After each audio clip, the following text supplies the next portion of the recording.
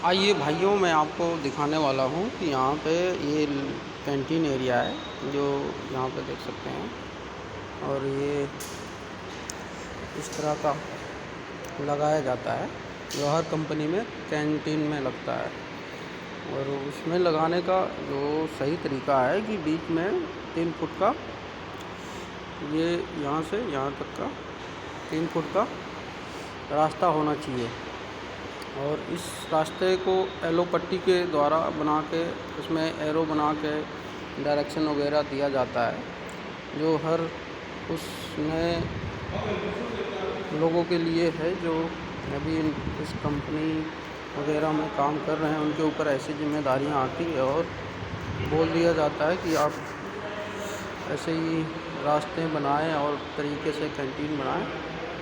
तो ये रास्ता ऐसे छोड़ा जाता है जो कि इस टेबल के पैर से इस टेबल के पैर के बीच में 3 फुट का गैप होता है। और ये ऐसे है, यहाँ भी रास्ता ठीक होना चाहिए और टेबल एक लाइन में होनी चाहिए। अभी मैं इसमें येलो लाइन बनवा के और फिर इसको तरीके से करवाने वाला हूँ। और कहीं भी कोई भी कंपनी में अगर मशीन का प्रोडक्शन वगैरह हो, जो कपड़े की फैक्ट्री हो या कोई और भी, तो उनके बीच में जो येलो पट्टी की लाइन होती है आने जाने का रास्ता, वो 3 फुट से कम नहीं होना चाहिए। जो ऐसे रास्ते होते हैं आप देख पा रहे हैं। तो उन भाइयों के लिए है जो नए हैं, अभी कहीं नौकरी करने वाले हैं, जो इलेक्ट्रीशियन हैं, मेंटेनेंस में काम करते हैं, और उनके ऊपर भी ये जिम्मेदारियां आती हैं। तो ऐसे ही आपको भी आगे करना पड़ेगा। तो ये जानकारी आपके लिए काम करने में बहुत अच्छा होगा, जो आप हमारा वीडियो देख के समझ सकते हैं। जो कि ऐसे होता है, जो कहीं ऑडिट होती है तो ऑडिट में भी ये पॉइंट मेंशन करना पड़ता है। तो ऑडिट में कहीं गलती नहीं होती है, जो आप इस हिसाब से काम करेंगे कि टेबल से टेबल के बीच में 3 फुट का गैप देके येलो पट्टी बनाएंगे।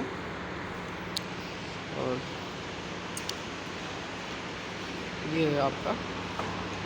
तो अभी हम लोग इसमें काम करवाने वाले हैं येलो पट्टी वगैरह का, जो भी है। और आप देख सकते हैं, देखने में भी अच्छा होता है। बैठ के लोग खाना भी हर तरीके से खाएंगे, कहीं आने जाने में किसी को चोट ना लगे। ऐसे ही तरीके से लाइन का रास्ता बना के छोड़ना पड़ता है। और जो भाई एडमिन के काम में कहीं अभी ज्वाइन करने वाले हैं, कर रहे हैं आगे भी उनको, तो ये सब चीज़ें देखना सीखना पड़ेगा। और कोई ये बताता नहीं है और ये चीज़ें कैसे की जाती है। और ऑडिट के हिसाब से जो बाहर के बंदे आते हैं कंपनी पास करने के लिए, उनके हिसाब से ये ऐसा ही रास्ता होना चाहिए, कम से कम 3 फुट बीच में, जो टेबल से इस टेबल के बीच में गैप है, 3 फुट होना चाहिए। उससे कम होगा तो वो ऑडिट में पास नहीं होगा। और बहुत लोग जो कंपनी में कपड़े की फैक्ट्री में काम करते होंगे, उनके लिए भी मैं बता देना चाहता हूँ कि जो कन्वेयर लाइन होती है, उनके दोनों तरफ मशीनें लगती हैं। तो एक मशीन का जो फट्टे का अगला सिरा होता है, जैसे मान लीजिए ये, और यहाँ से मशीन का जो ऑपरेटर बैठता है उसका सीट लेके ऐसे 42 इंच होना चाहिए। तो हर मशीन के पास एक ऑपरेटर के बैठने की जगह और प्लस मशीन का, दोनों का मिला के 42 इंची का जगह होना चाहिए। वो बात की बात है कि हमारे पास जगह नहीं होती, थोड़ा बहुत एडजस्ट करते हैं, पर जो रूल के हिसाब से होना चाहिए 42 इंच होना चाहिए। और वैसे ही